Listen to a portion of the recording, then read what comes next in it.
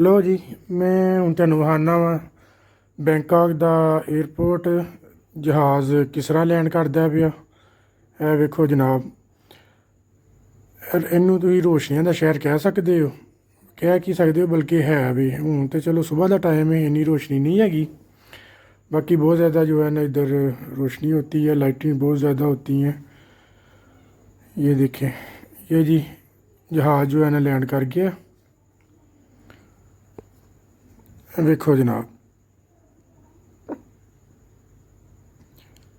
ਇਹ ਜਨਾਬ ਜਹਾਜ਼ ਕਰ ਗਿਆ ਲੈਂਡ। ਹੁਣ ਆਉਣ ਲੱਗਾ ਸਾਡਾ ਸਮਾਨ ਬਾਹਰ। ਇਹ ਉਹਨਾਂ ਲਾ ਦਿੱਤੀ ਨਾਲ ਗੱਡੀ। ਅਭੀ ਸਮਾਨ ਜੋ ਹੈ ਨਾ ਬਾਹਰ ਆ ਜਾਏਗਾ।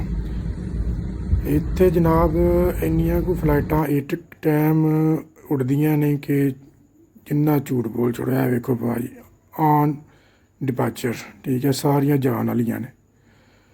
ਬਾਕੀ ਅੱਗੋਂ ਦਾ ਐਡਵੈਂਚਰ ਵੇਖਣਾ ਤੇ ਨਾਲ ਰਿਓ ਜੇ, ਸਾਥ ਦਿਓ ਜੀ। Bye bye, tata, take care.